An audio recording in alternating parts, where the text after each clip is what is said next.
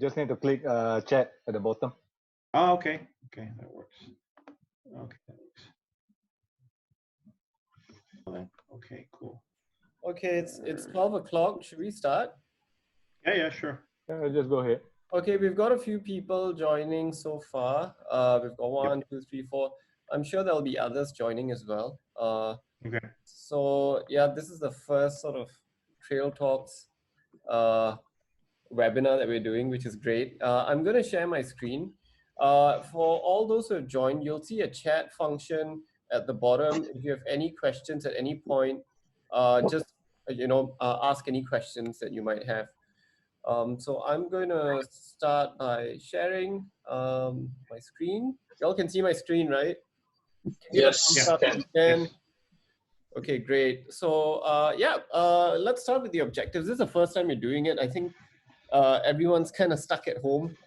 We can't go out and run much or much less.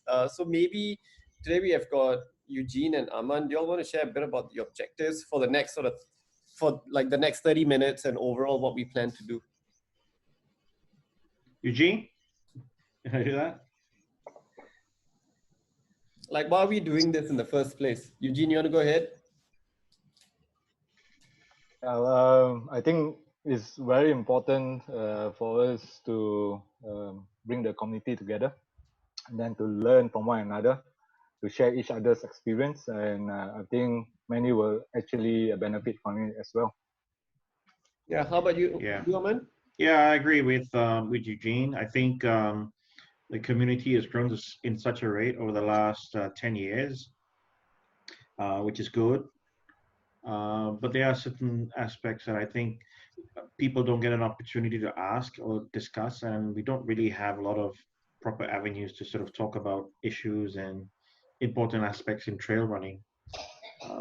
We're not trying to solve solutions. We're not trying to change things. I think it's just a general discussion just to get things out there and get people thinking, and also to give people a bit of our perspective, how we see things, and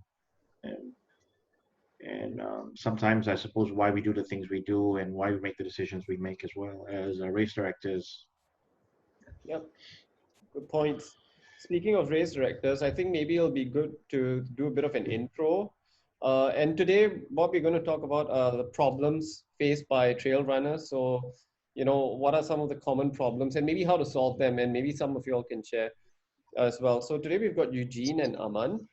So maybe Ewegene, just a bit of an intro. You've done lots of races, and now you're also sort of running races as well. So could you share a bit about yourself? Yeah.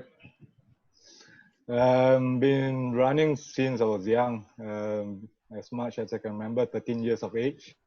And then I stopped for 20 years before I got back into running. Started with 6K and then 12 and then 21, 42, and then done lots of ultras. And then here, I decided to race direct from the year 2015. And the big major break came about in 2018 with Malaysia Mountain Trail Festival, of course. Nice, nice. Yeah, and you've done like Tour de Jean and, Dragon's Back, some big races as well, right? Anyone can do that, man. You just got to prepare for them and then just put your mind to it. You will succeed, I'm sure. Yep. And if I can do it, anyone can do it. Yeah. True. And the other person we have today is Aman. Big history of directing races. Share a bit about yourself.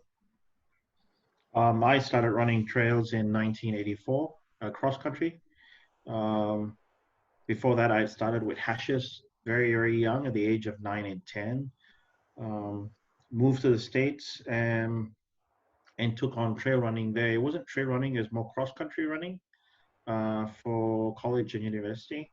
I did my first 50 miler when I was 19. I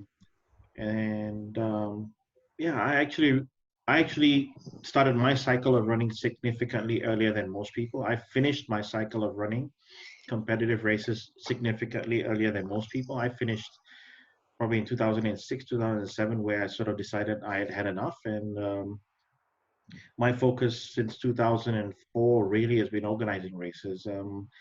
Started not as a business. It never was. It was more passion organizing races, and I took over the sub adventure when nobody wanted to do it in 2004 during the SARS epidemic. So this is the second sort of major virus infection epidemic that I'm going through as far as organizing races is concerned.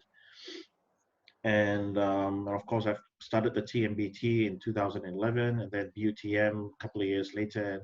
Yeah, it's just been a progress over the years of organizing races and trying to introduce safety standards and trying to get the community, especially in the early years, to understand safety standards and also try to get the community adjusted and trying to level out the expectations and what to expect in trail running races as well, especially the ultra distance races.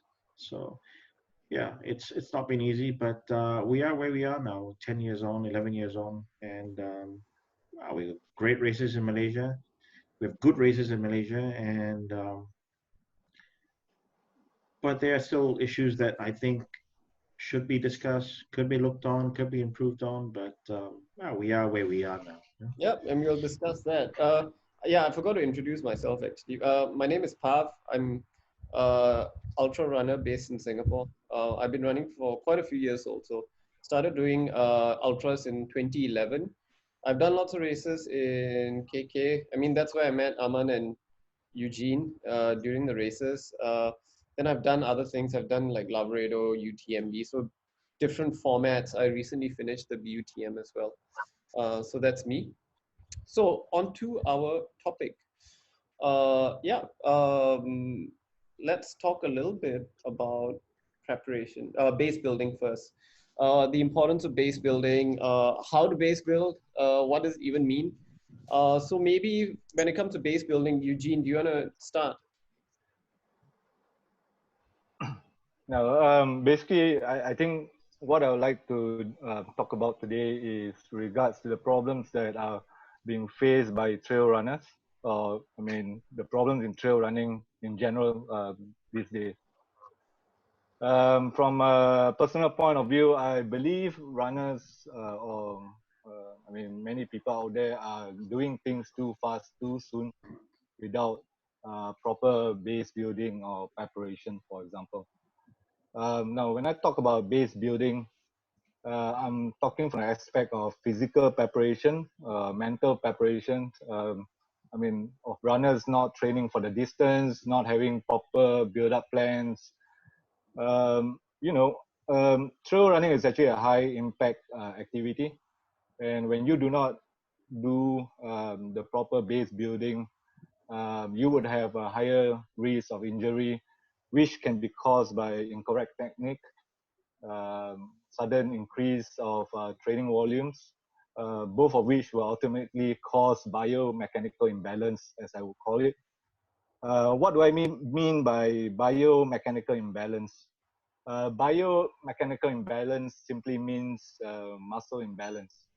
Muscle imbalance occurs when one group of muscles becomes stronger or weaker than its opposing muscles.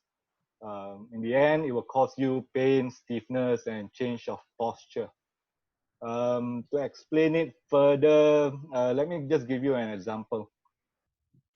We use our quadriceps and hamstrings muscles to bend and straighten our knees. So if one group becomes stronger than the other, pelvic tilt might occur, causing change in posture, which ultimately will cause you to have lower back, hip, or groin pain.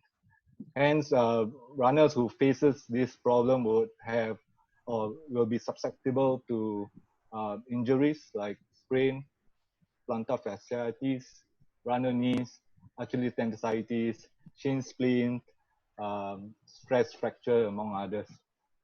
So this is regards to base building. When you do not have a proper what you call build-up plans to your races or in your running plans. On top of this, I did talk about having proper preparation. Preparation for me comes in two aspects. One is regards to the safety aspect. The other is regards to being preparing well enough in terms of race specific. In terms of safety aspect, I mean, I'm quite worried actually when I know for a fact that a lot of runners out there today, they are going into the trail or even into a race without carrying mandatory gears, for example. Um, I mean, look at it here, guys. If you are going in a group, your risk is lower. But then a lot of us, I foremost, for example, I go into the trail almost on every weekend on my own, and not having or not preparing the safety aspect of things. In actual fact, you don't look like a hero. You actually look like a fool to people like us. On the second aspect, regards to race specific, I've seen a lot of posts on Facebook, people complaining about organizers. Um, Look at it here, guys. When you sign up for a race, the race should not be designed to cater for you. What I'm trying to say here is that it's not what you want to experience in a race that dictate your preparation, but what will the race possibly throw at you that should dictate your preparation towards the end. So if you are properly, if your preparation is good in terms of safety and in terms of race specific based on the race that you want to do, I believe you will enjoy races much more towards the end. Good I That's all I tend point. got to to agree say, with Pa. you. Yeah, I agree with Eugene. I think the big problem, and we've come a long way in the last 10 years from where we were. Remember the first sort of ultra race in Malaysia was TMBT in 2011, and we had 300 runners, 350 runners. From that, I think we only had about 80 runners doing the 100K, and the rest were doing the 50K. And almost everybody, bar maybe 5 or 6 people back then, had actually done anything longer than a marathon distance run.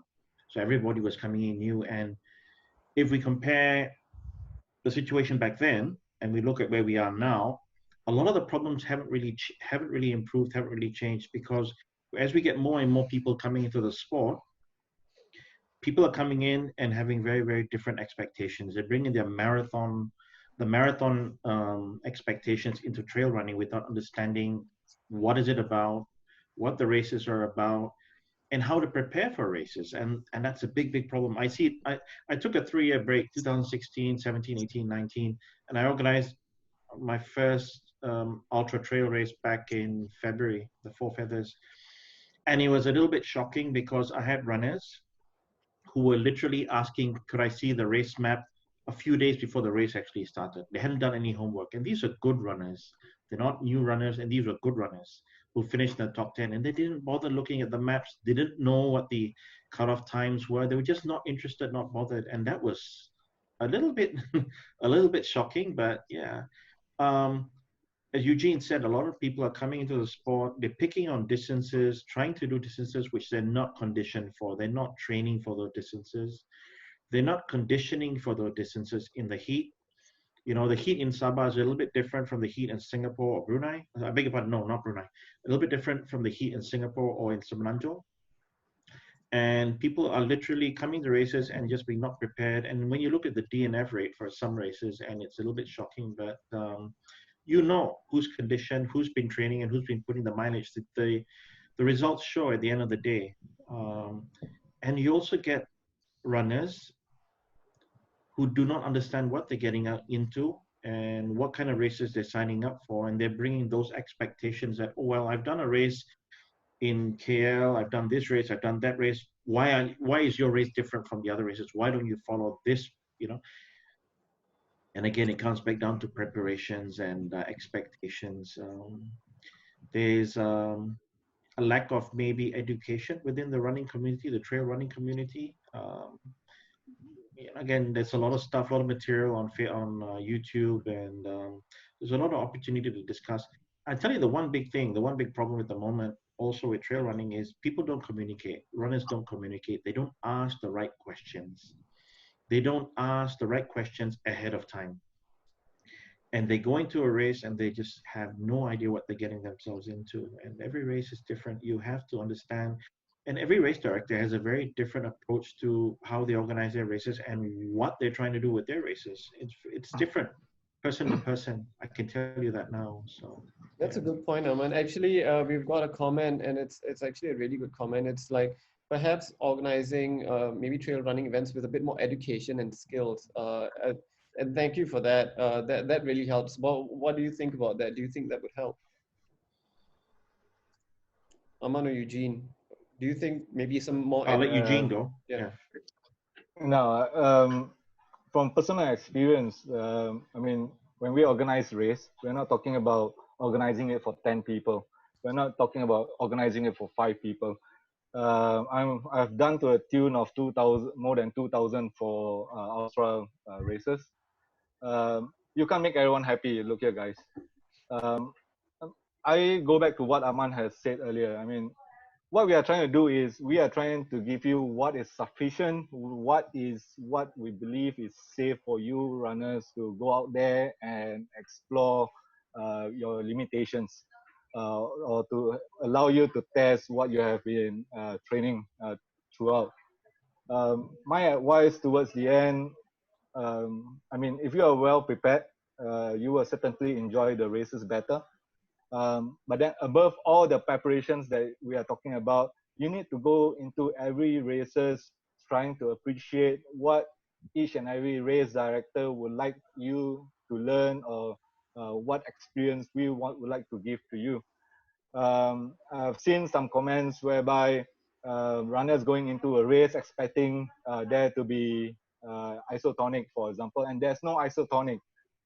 Um, when I did my first 100K race at TMBT, there was no isotonic, but then I was not complaining because I had got my electrolytes with me, and that is how we have got to approach things. We have just got to be positive, you know.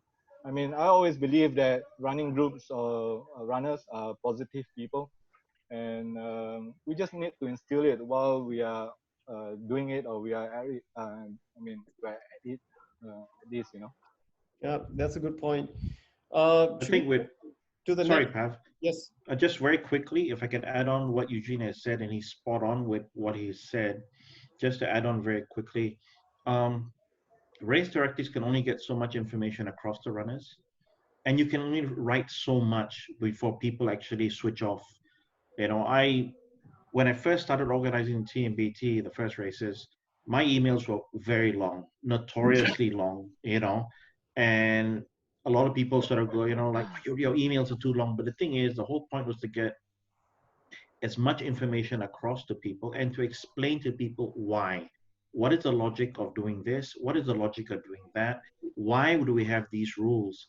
You know, and it's very difficult. Times have changed. Back then, we didn't have this opportunity of doing this live discussion where people can actually listen and then maybe look at it later and then sort of understand a little bit. Why did you introduce the reflective vest? Why did you need to have a rear blinking light?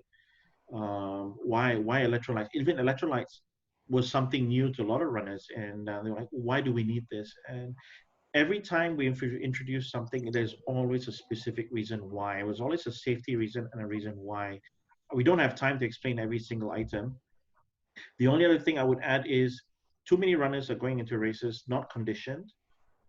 They haven't put sufficient mileage in, and you know, running groups are a great avenue for runners to learn from senior runners and to pick up on good habits and to learn basic ethics in trail running. And I think ethics is important. But sometimes some trail running leaders who are new to the sport are teaching runners the wrong things and giving the wrong information and not educating runners on the right things they should be aware of. And that's another thing people need to be aware of, picking out the good from the bad. Yep. Cool. Thanks. Okay, now we're going to move. We have about 10 to 15 minutes left. We're going to move to the next section, which is how do you prepare for a race? And we'd like this to be a little bit interactive. You all might see a QR code on your screen. So what I'd like you all to do is scan it, and it will take you to this website right here. You'll see something like this. So again, just scan this QR code on your screen. Use your phones and you can scan it.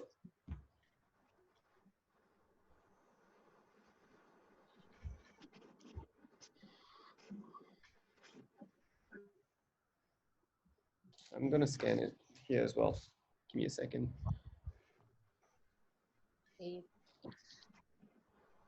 So you gotta, let me scan it.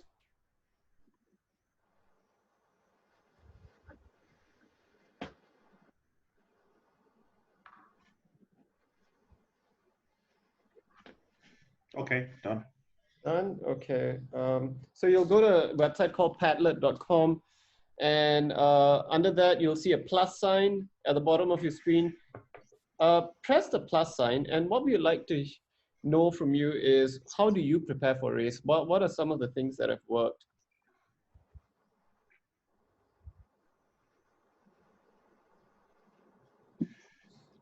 Okay, next topic. Yeah, let's maybe wait and see if Okay, cool.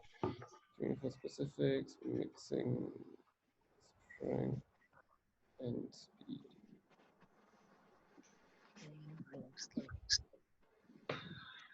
We'll give a minute or so, see if anyone else wants to do that.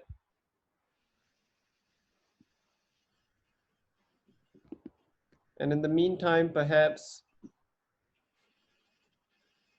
if someone is trying to do a recce beforehand, yeah, that makes sense. Doing a recce works, training for specific, mixing strength and speed. Maybe not doing so much junk miles. Yeah, stuff like that. So maybe now can we hear from Aman and Eugene. Aman, you want to go? I think preparations, we're talking about specific training for runners who are going to go to, are they planning for the entire year or just specific races? Are we talking about that? Let's talk about maybe a specific race, for example. I'd like to ask Eugene, for the race in Wales, how did you prepare for that? Because that's a tough race. So, That's a tough race. Okay, in terms of preparation, I always believe that you need to design your planning based on the race that you would like to go for. When I planned for Berghaus Dragonback race in Wales, it took me 6 months to prepare for the race, honestly. From the moment I signed up for it, I told myself, look here, I can't be crazy doing those 100K races, because on each day, runners have been taken through 45 to 70K, traveling up to 3,000 meters elevation. So, and we're not talking about a single stage race. We are talking about multi-days race. And then, so what I did was, instead of signing up for 100K, 200K races, I actually break my races into 50Ks. So I did a lot of 50K race before Dragonback. In fact, those are the only races that I do. In my training, I do a lot of back-to-back runs, those 25 runs or 30 runs, just to help me to condition myself to prepare for the daily runs that I've got to do. Going up Maxwell Hill, 3 loops, 2 loops, 6 loops on one day, and then going out there and run again the next day. So that is all part and parcel of the total plan and plannings. Of course, what is also important is in terms of our nutrition, and also to know ourselves what we actually need over the course of 5 days, for example. You can't run away from the mileage. I think anybody that's taking a race seriously, you cannot escape the mileage. The mileage, we're talking about week to week. The mileage is consistent, or it increases, or the week is planned out, and it's a balanced workout where you combine running with a little bit of swimming for recovery, gym work. Some people are doing yoga and Pilates, which is excellent. We didn't have that, 20 years ago, but it's excellent. And then and ensuring that you're conditioned and your body is used to the distances and you're used to the heat. Wales, I don't know what the weather was like when you did it, Eugene, but it must have been pretty cold in Wales, even in summer as well, the cold winds. You get everything actually. Yeah, you know, you can't escape that. And the thing is, your result is reflected with the amount of training you put in, how much preparation you put in. You cannot escape that. It will tell a story. Your result, your finish time, will tell a story. How much effort you've put in. There's one lady True. who only started running 3 years ago. I won't name her. Short little Dusun lady. Um, she only started 3 years ago, but her training, the amount of training and mileage she puts in on a weekly basis with recovery time as well, she's finishing in the top 10 of TMBT and other races now, And if you asked me 10 years ago about her being a runner, I would have told you, no, she's not a runner. She's not built for that, but she's surprised everybody. But the thing is, she puts in the mileage. There's another runner in Sabah called Bernardo Sanchez, and I love watching this guy run. But if you look at the amount of mileage he puts in and how serious he takes his training, and of course he's got time for work, but the thing is, everything is planned. He does his work, he's got his schedule for running, and it's a very nice, steady, monotonous plan. Adelina Linga, Nana, another person who only just started running the last 5-6 years. You look at her run and the amount of training and effort she puts in as well. It's just amazing. Like I said, the results will tell if you've been putting in the mileage or not at the end, so can't escape that. And just to add, like, for example, Pav, can I add something to that? sure.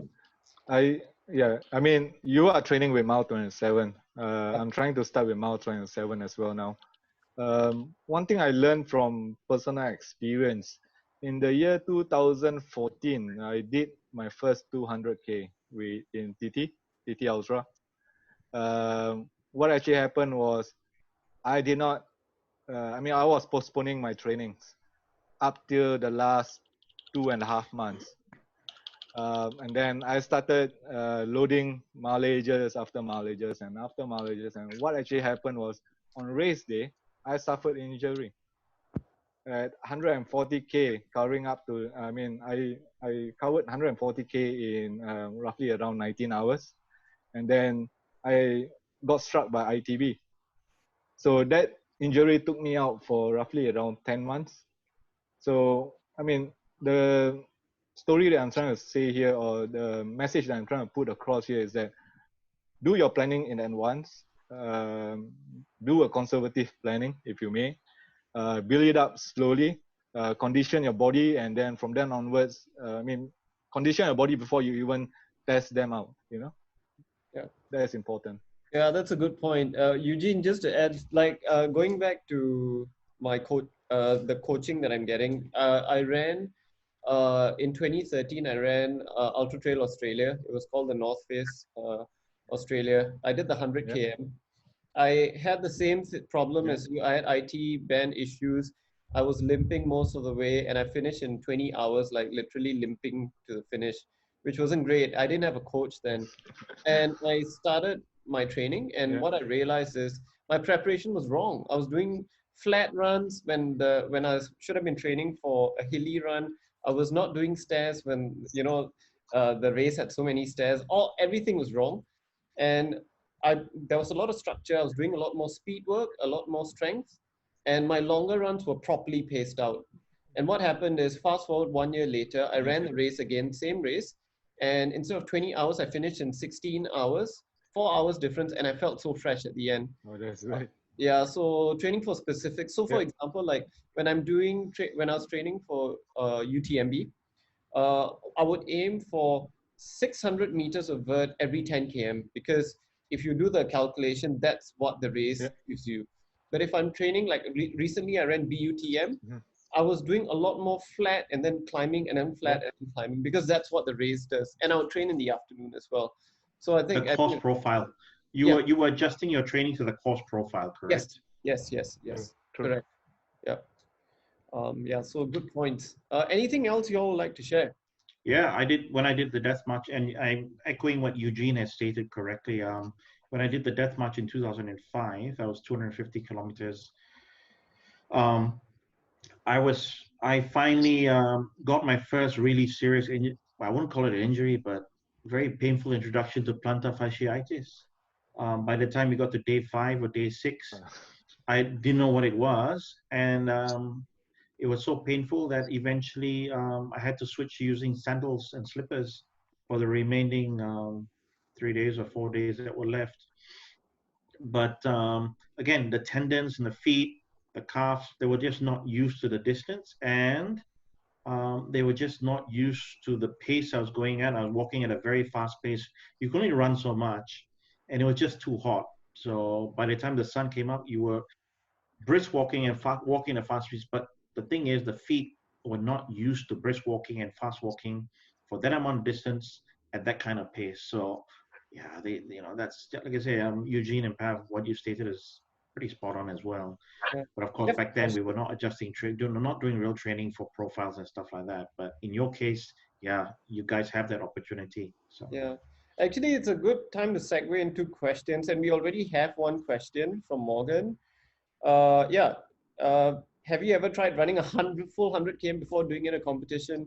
I haven't. I don't think it's necessary actually, because the body takes too much damage. But big mileage weeks probably. Eugene, I think you said 80 km training and 30 as well, back to back, right? Yeah, but then I mean, towards the end, what I learned now is that you need to condition yourself. If you do not condition yourself and you go and run 100K today in training, for example, now, it's going to take you many weeks to recover. You're going to feel that even running 10K is going to be, an impossible thing to do, an almost impossible thing to do. And that is what we are trying to prevent. I believe as runners, we are trying to run day in, day out, and being able to do it is one thing. Enjoying the total process is much more important.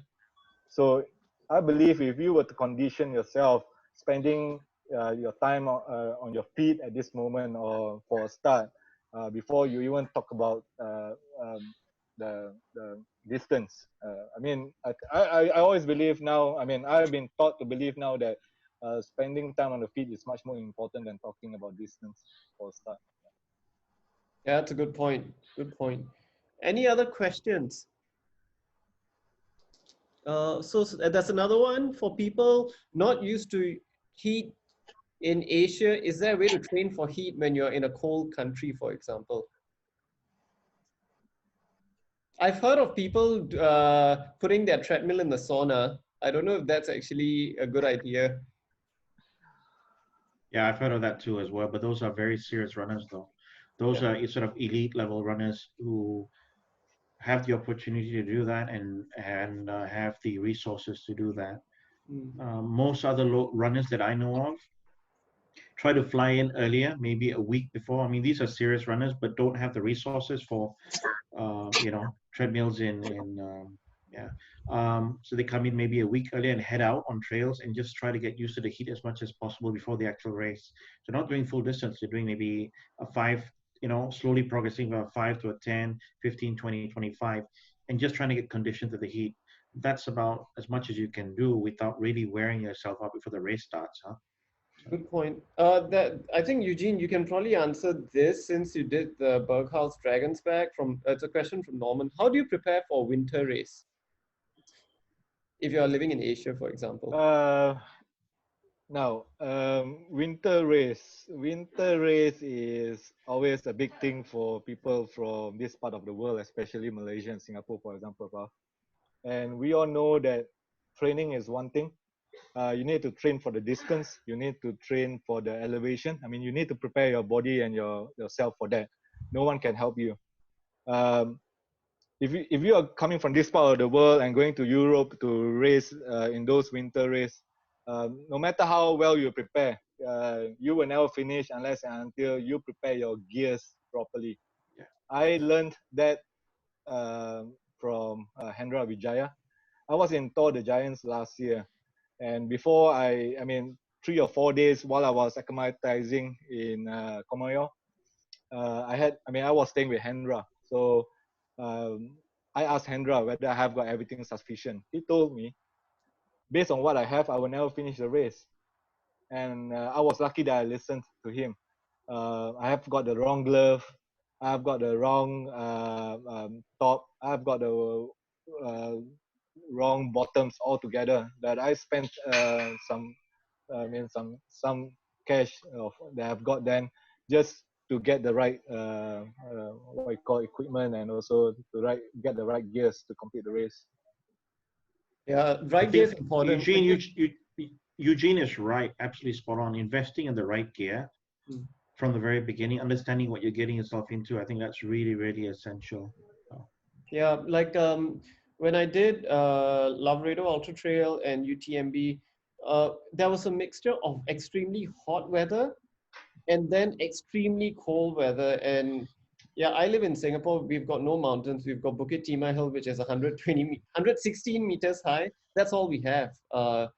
So I think like, yeah, for Morgan and Norman, it's like, it's tough. Sometimes the best way is to be there, but what you can do is maybe mimic as much as possible the terrain, or prepare for the best gear. And I think for Asia in the heat, it's manage your hydration, and for winter, I think it's yeah, just the right gear. You know. We have another question. Recommended specific strength training for trail running. One of the things that I do a lot, especially when you're stuck at home, I don't go to the gym at all. I use a water bottle, so I could use a bottle like this, fill it up with water, and I could do so dynamic strength. So working on the glutes, working on your quads, and working on your hammies, and your core as well. I think there are lots of home-based exercises. You could YouTube it, tons of that. Within 20, 30 minutes, like everything's gonna hurt, but yeah, that'll be good for you. Um, just to add on to what you guys were saying earlier about how to prepare for a winter race. You can't really prepare for a winter race. There's not many opportunities for us here to prepare. What you can do is focus on the actual race itself, the profile, the distance that you're doing. Have the right equipment. Make sure you invest in the right equipment, the right jackets, the right um, what do you call it? The right pants, yeah, waterproof pants. gloves, and just everybody knows there's some people who are more susceptible to the cold. They can't take the cold. Others are like me who love the cold, and we can probably get out and do the night section when temperatures drop in shorts. We're fine as long as the upper half is warm.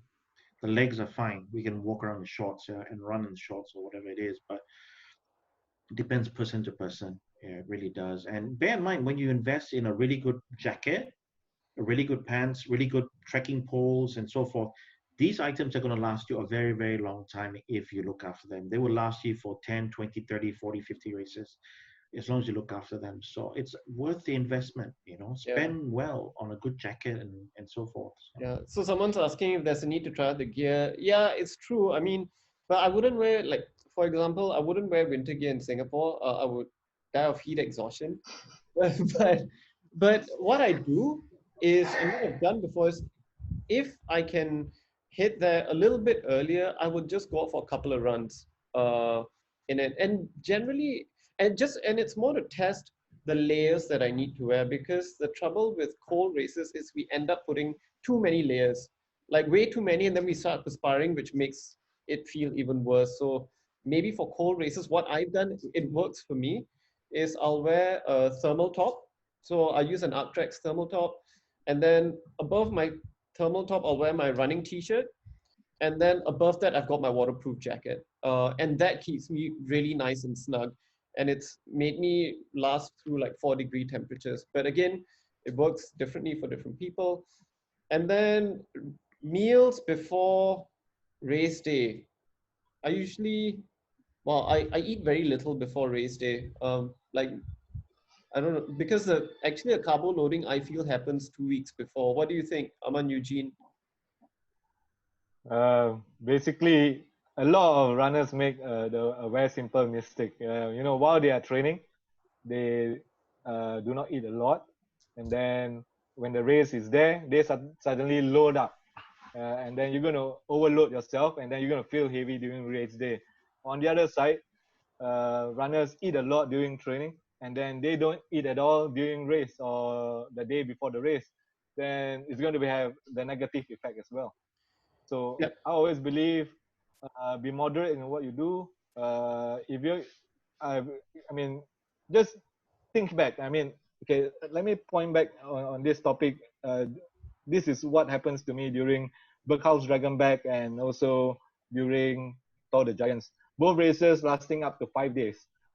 I was telling myself, or from experience, I was telling myself, I have got to live as normal as I can live during that 5 days or during the race, and that is to have my rice. I mean, I'm Chinese, I'm from Asia, I need my rice.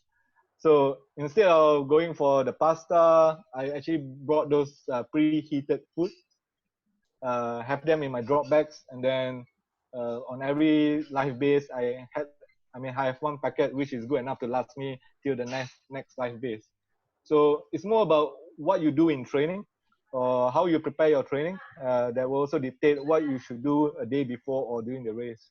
Don't do anything extraordinary or don't test it out during the race. That is big mistake. Anyone Yeah, will tell you that. yeah, that's good. That's a really good point. I would recommend that, like, because if you eat too much on the day before your race, like you said, you're going to feel heavy, and what goes in has to come out. And the last thing you want to do is try and find a place to go to during the race. Yeah. So maybe we have time for one last question, and this question is: how do people prepare for races such as UTMB on high altitude with no access to high altitude during training? Well, I think, well, first thing is UTMB actually doesn't go that high. It goes up to maybe 2,500 meters, which is fairly okay. It's fairly runnable. I've actually tried high altitude training in a gym before. It was expensive, and I don't know if it actually helped me or not. So I don't think it's necessary. Aman and Eugene, what do you think? I think, okay, with let's say UTMB, first of all, remember it's the Alps. The Alps weather changes relatively fast. It can be extremely hot in summer, and it can change relatively fast as well, as far as the weather is concerned. You could have a really hot race for the whole race. You could have cool nights, hot days, or you could have snow and so forth. So you have to bring the right equipment. Now, as far as preparing for the actual race itself, I think your main focus has to be the profile. It has to be based on the profile that you're going to run. You can get around altitude sickness. There are medicines and tablets you can take which don't really upset the stomach too much. So you can solve that aspect of altitude sickness and so forth. And as Pav said, it's not really the highest elevation gain that you can do in a race. But the problem with UTMB is the cutoff times. And that's something everybody sort of neglects and forgets, is the cutoff times, how stringent and how strict they are.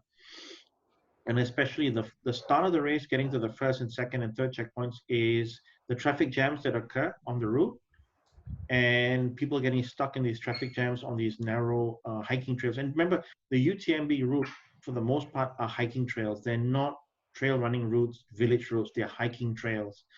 And they can only handle so many people going up these routes, some sections. So your challenge is beating the cutoff times for UTMB and training based on the core profile. Focus on that.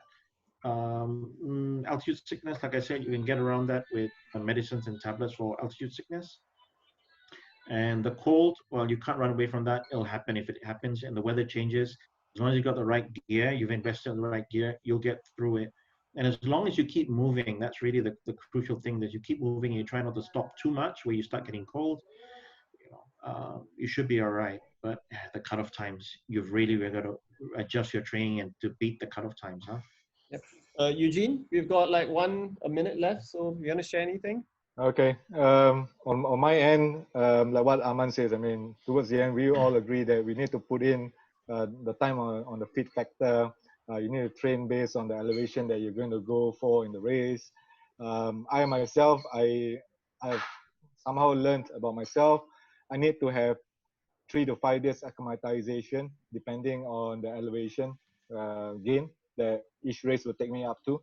For example, during Tour de Giants, we goes up to 3,000 meters. and based on that elevation or altitude, I would need some time to actually acclimatize myself. That's why I actually travel in 3 to 5 days earlier to get myself acclimatized in order for me to be able to move as smoothly as possible. If not, you just got to move a little bit slower. That's all. Just to add one thing about UTMB, Pav, and some of the races in the UTMB series, you can actually fly in, like Eugene has said, you can actually fly into Geneva earlier. You can get down to Chamonix earlier. You can spend a week or 2 weeks ahead of time on the actual routes. You can actually train on the routes from Chamonix up the climbs up to even the first checkpoint. You can actually do that. You can train for that, you know. So if you get the opportunity, you can afford it. It's something worth investing in and doing. Yeah. Yeah, and there are lots of guides out there. I've done that before, so if anyone has any questions on how to get to certain routes, yeah, you can ask any of us. And they're very helpful as well. You know, the maps they have available. They have the information center there, lots of maps, lots of help. And there actually are people that are willing to run with you and will go out with you. If you're not so sure, not so confident, you can actually plan for that. You can actually work with other runners based in Europe. You can actually train with them. So you can actually do all these things if the community is very, very helpful in Europe, but you've got to plan for these things ahead of time. So, and that's really, really one of the things to sort of consider. But of course, everybody's got different budgets. And yeah. Okay. Yeah, I think we've gone a bit over time, but we've had like over 20 people attending this, which is great. This is the first one we are running. I think Eugene, Aman, we're going to run a few more, right, in the future? I think so. Of course. It's up to Eugene. Why not? Yeah. Up to you guys, man. Yeah. Anyway, I can help. Why not? Eugene left his email address. Maybe like if you all have any suggestions on topics for the future, let us know. And yeah, we'll run this again. And hopefully we can all get back to racing soon. Cool. Thanks, guys. Cool. Thanks so much. Right. Stay safe. Stay home. Bye.